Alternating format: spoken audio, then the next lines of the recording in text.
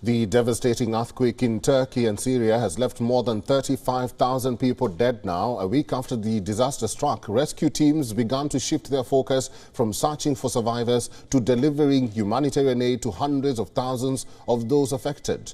The need for such assistance is more dire in Syria, where the efforts to deliver aid have remained complicated due to decades of civil war and strained relations with the West. On Monday, the United Nations held an emergency meeting on how to boost aid to rebel-held areas. The country's president, Bashar al-Assad, who is under Western sanctions, called for international assistance to help rebuild the infrastructure. According to United Nations Secretary General Antonio Guterres, Assad has agreed to open 2 more border crossings from Turkey to Syria to allow in aid. This came after Turkey on Monday offered to open the gates under its control. Bu dönemde uluslararası topluma ve BM'ye Kilis'te 2 tane şu anda bizim kontrolümüzde olan kapı var. Bu kapıdan da insani yardımları gönderebileceklerini söyledik. Yani insani yardımlara bu kapıları, mevcut açık olan kapıları insani yardımlara da açabileceğimizi, yani kullandırtabileceğimizi söyledik.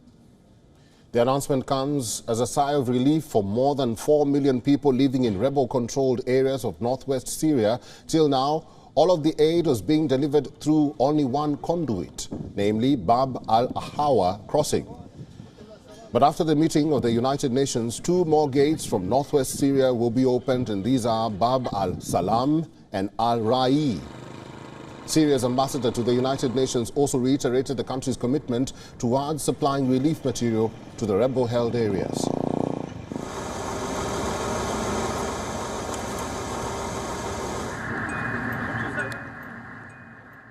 I also affirmed that northwest Syria is an integral part of Syrian lands and that our people there are part of the Syrian people.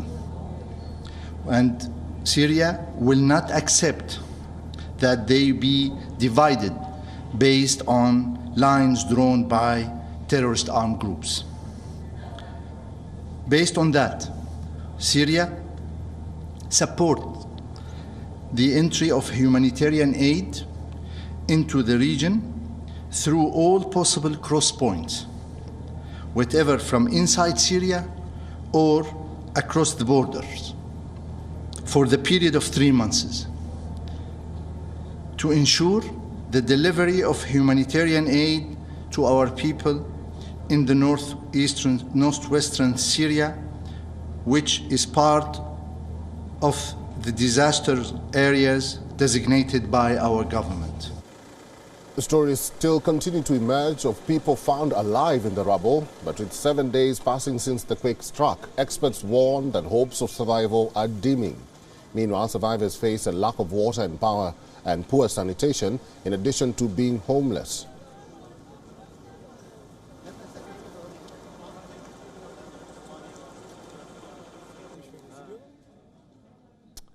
And for more on this, our correspondent Gadi Francis has sent us this ground report from the city of Latakia in Syria, where she spoke to one of the many families who lost their loved ones in the disaster. Take a look.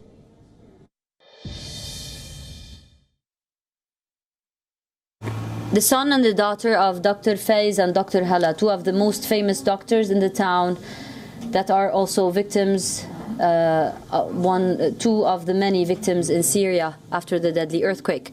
I was just asking them what did they witness? Dr. Ram, how was that night to you before you really found out that your parents passed away? We were staying in my sister's apartment in Latakia, a different city, and she had woke me up from my sleep because the earthquake had started. And I don't recall much other than some drawers opening. I had glanced over and the television was on the floor. She takes care of some plants in her apartment, so they were on the floor as well. I didn't know what was happening. So she told me what should we do, and then I just told her we should just immediately evacuate the building. And we had started calling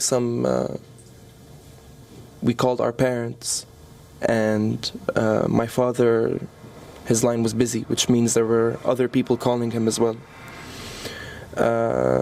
My mother's phone was out of coverage because it had reached coverage again later that day. By then, one of my friends had called me from Jable, our city, and he told me that my parents' building, the building where they stay, had been. It's just on the ground at this point. Yeah, and then we had called up our uncle, and he took us over to Jable to see the building for ourselves. There was also a rainstorm as well. It was a devastating scene. No words can be said other than.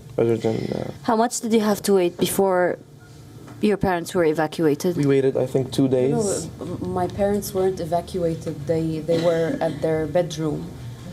Some people said that they just ran for their lives to where the bathroom is. Trying to escape.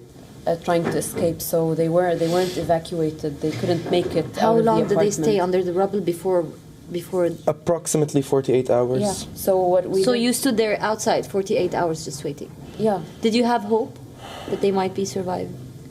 I'm so sorry to ask this question, but the first 48 hours, many of people were saved.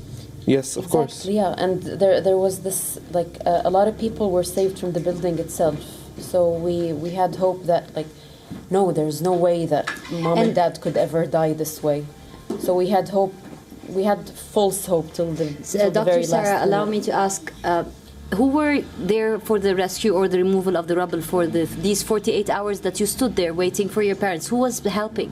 At the very beginning, like the first couple of hours and in the early morning, it was just Civilians. his friends or relatives, civilians, neighbors. people who knew that Dr. Faiz, Dr. Hala, and the rest of the doctors were there, and they just came in just to check on them. But little did they know that the building is just on the ground at this point. So people were actually just, searching their hands. with their By hand, just trying to lift up any rubble they And when did could. any rescue team come?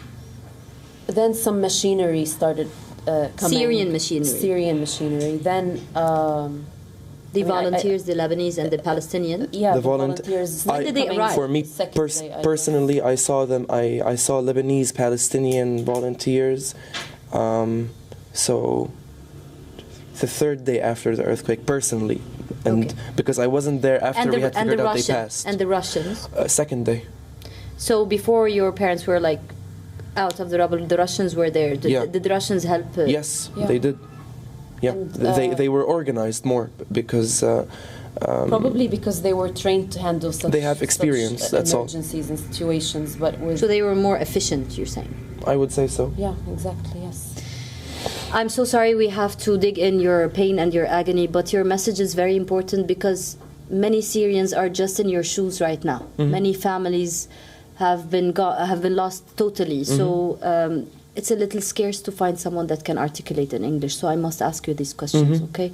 On behalf of Jable, on behalf of this area, I know the trauma is very big, but if there's a message to the world, since you have the language that the world would understand, what is a message that you guys would send about your community, about the status quo, about the future, about the challenge that is now? Do you have anything to say or to request? Requests, no. Commence. I would just only like to say that our building fell in a neighborhood which has buildings from the French Mandate era, buildings that are that old, and those buildings, it's like nothing happened to them at all. Are you asking for accountability? Of course. WION is now available in your country. Download the app now and get all the news on the move.